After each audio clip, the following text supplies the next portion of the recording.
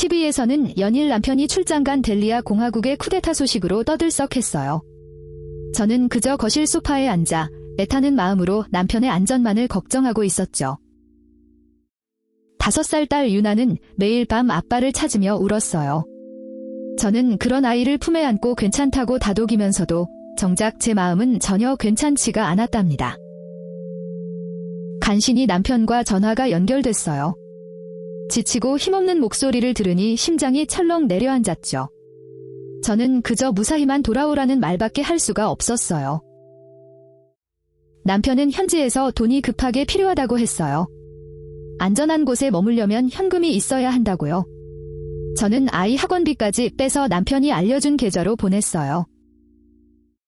시어머니께도 이 사실을 알리며 함께 걱정했어요. 어머님은 제 등을 두드리며 내 아들은 강하니 괜찮을 것이라며 따뜻하게 위로해 주셨죠. 그때는 그게 연기일 줄은 꿈에도 몰랐어요. 그렇게 3개월이 흘렀을 때 친구 지영이에게 전화가 걸려왔어요. 대수롭지 않게 전화를 받았는데 그 전화 한 통이 제 인생을 송두리째 바꿔놓을 줄은 몰랐네요. 지영이는 조심스럽게 물었어요. 혹시 남편이랑 싸웠냐고요? 델리아의 발이 묶여있다 하니 지영이는 믿을 수 없는 이야기를 꺼내기 시작했어요.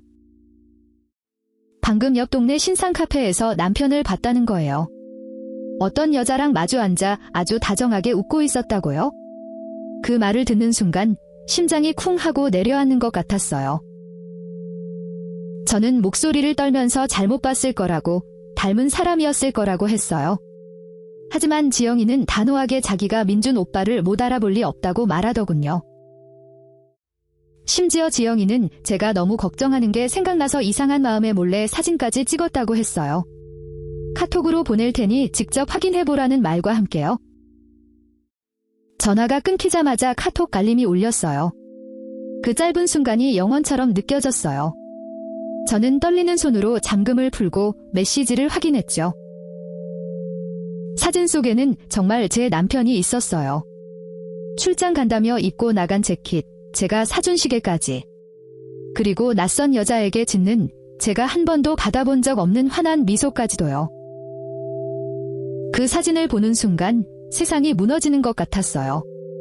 걱정과 그리움으로 뜬 눈으로 지새웠던 지난 3개월의 시간이 한순간에 바보 같은 조롱거리가 되어버렸어요. 슬픔은 곧 분노로 바뀌었어요. 머리끝까지 화가 치밀었지만 이를 악물고 참았죠. 섣불리 연락해서 증거를 없앨 기회를 줄 순 없었으니까요. 저는 일단 아무것도 모르는 척 아이를 친정엄마에게 잠시 맡겼어요. 그리고 다음 날 아침 일찍 모든 진실을 마주하기 위해 해솔동으로 향했죠. 친구가 알려준 카페 주변을 샅샅이 뒤지기 시작했어요. 심장이 미친 듯이 뛰었지만 여기서 무너질 수는 없었어요. 제 눈으로 직접 확인해야 했어요. 얼마 지나지 않아 한 오피스텔 지하 주차장에서 너무나 익숙한 남편의 차를 발견했어요. 공항 장기 주차장에 세워뒀다던 바로 그 차였죠. 온몸에 소름이 돋았어요. 차 안에서 숨죽여 기다렸어요. 1분이 1년 같았죠. 점심시간이 지났을 무렵 드디어 오피스텔 공동 현관에서 남편과 그 여자가 나왔어요. 둘은 팔짱을 낀 채 다정하게 웃고 있었어요. 누가 봐도 사랑에 빠진 연인의 모습이었죠. 저는 그 모습을 보며 치밀어 오르는 분노를 간신히 억누르고 있었어요. 그런데 제 눈을 의심하게 한 건 그들 뒤를 따라 나오는 사람이었어요. 세상에, 바로 제 시어머니였어요.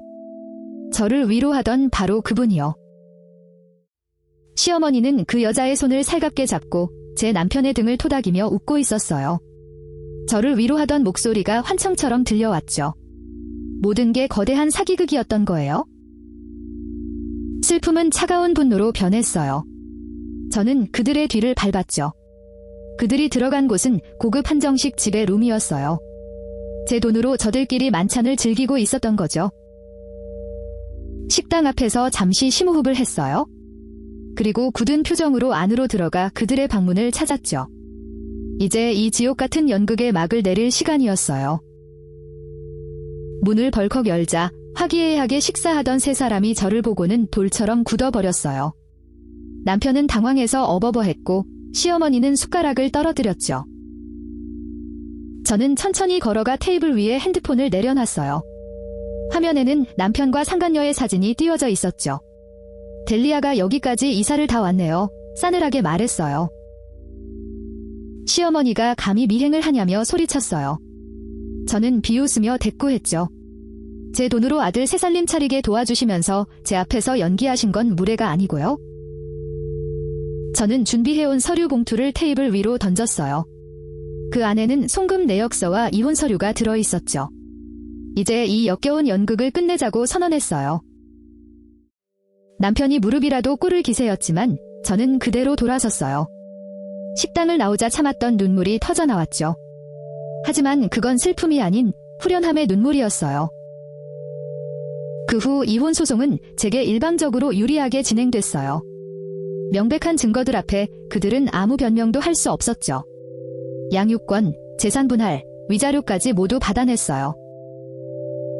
가장 믿었던 사람들에게 배신당한 상처는 깊었지만 그 지옥에 막을 내린 건 저 자신이었어요.